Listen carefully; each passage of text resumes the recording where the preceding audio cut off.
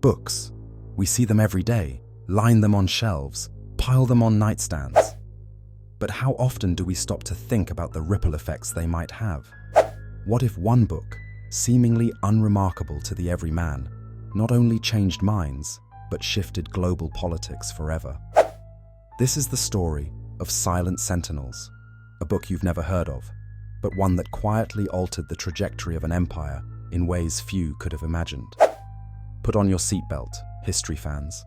This one is a literary plot twist you won't forget. Our story begins in the 1800s, within the sprawling Russian Empire, where class divides were vast, the monarchy unyielding, and dissent was, well, less than welcome.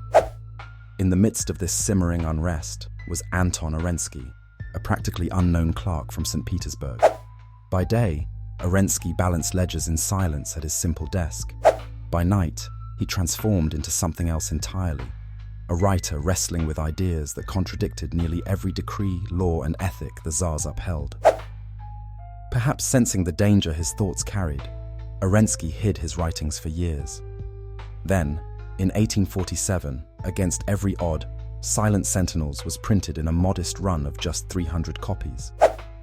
The book avoided aligning with any direct ideology or rebellion, but dissected the psychology of soldiers, everyday citizens, and the very rulers who commanded absolute control over their lives.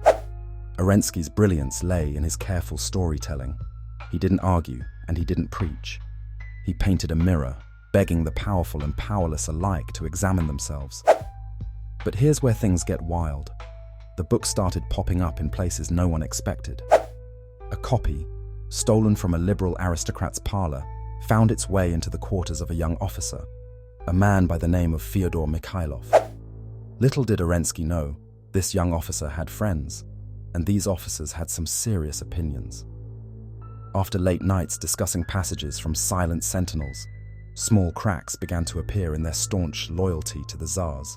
Fyodor decided to share a copy with his uncle, an influential governor stationed in Crimea. Now, here's the catch. This wasn't the 21st century where news spreads in minutes. The Crimea of the 1800s was disconnected, isolated. So how?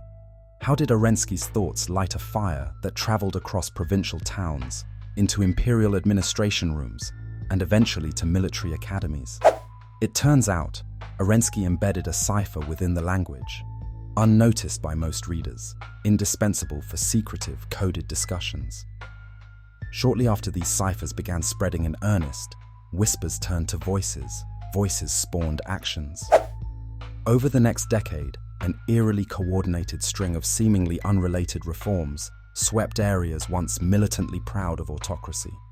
No one dared attribute these changes to a subversive book, lest they risk execution. But everyone whispered one thing. People were, for the first time, questioning quietly, deliberately. Fast forward to the 1860s, the empire was breaking at the seams. And yet, Arensky, he passed away months after its release, penniless, unrecognized. He'd never lived to see the seeds he planted. Silent Sentinels wasn't revolutionary like Marx's Das Kapital. In fact, the text vanished by the turn of the 20th century, surviving only in footnotes and reconstructed analysis by a few die-hard historians. Today, one surviving copy rests in a private Russian collection, seldom viewed. But Arensky's message, more relevant than ever, because history echoes, the power of ideas must never be underestimated. Something as quiet as a book can trigger a storm too fierce to quell. So, think twice next time you see a dusty volume. You might just be holding a catalyst for change. What other quiet revolutions might history be hiding? Stay with us on Fascinating History to uncover the next one. Who knows?